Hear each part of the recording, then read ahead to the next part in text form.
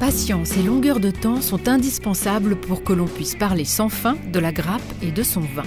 C'est des notes d'agrumes et des notes toastées, légèrement boisées puisque ce chardonnay est élevé partiellement en barrique. Christian, ingénieur œnologue, bichonne depuis plusieurs années son domaine viticole au bord du lac de Morat. Mon rôle ici, c'est d'être responsable de la viticulture, de la vinification et de la vente des vins. On a 30% de rouge et 70% de blanc. Ça va ce raisin? Oui, ça va bien.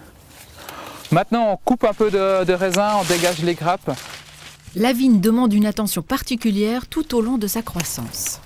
On a du travail toute l'année à la vigne. Ça commence au printemps avec la taille.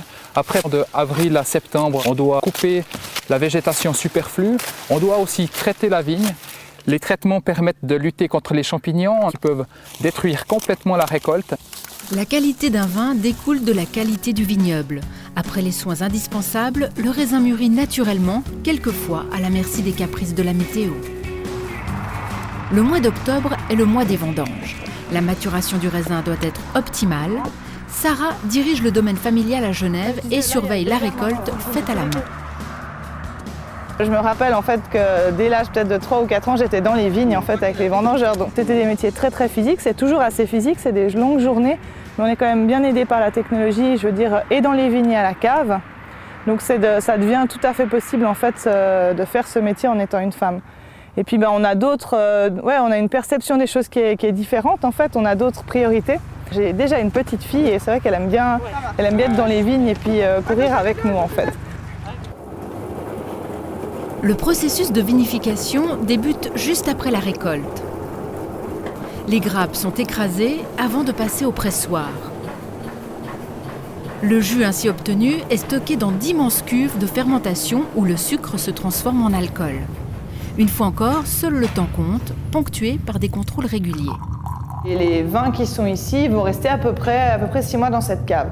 Donc par rapport à des vins qu'on pourrait mettre en barrique de bois qui vont rester 1 année ou des fois 18 mois même. Cela change tout. Ici, dans ce laboratoire de recherche scientifique sur le vin, on tente de soulever un coin du voile. Quels sont les secrets de vinification? Comment le sol peut-il influencer la qualité d'un vin? Lama est ingénieure œnologue. Elle essaie de comprendre par le biais d'analyses scientifiques ce que la nature réussit d'elle-même. Je suis responsable des analyses chimiques qui concernent un peu les tanins de certains cépages rouges et un peu établir de profils aromatiques de certains cépages blancs.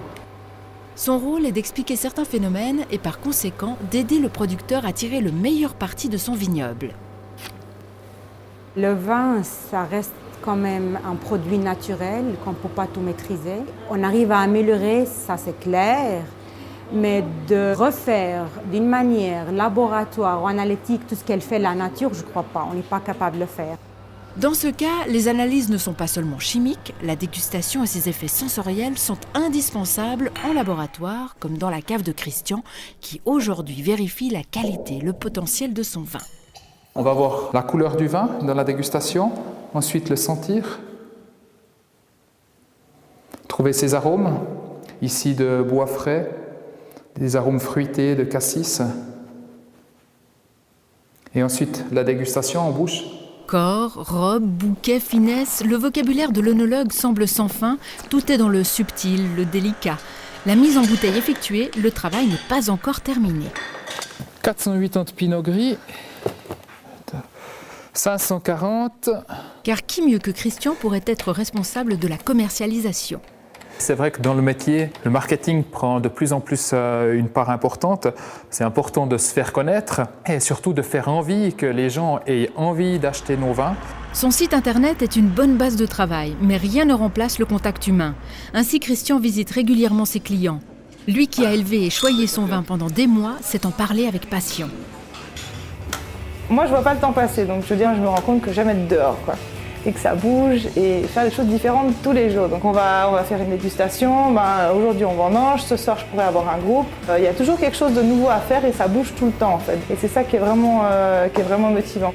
Des années de patience pour imaginer de nouveaux assemblages et 4 saisons de labeur avant de déguster le fruit d'un travail toujours renouvelé.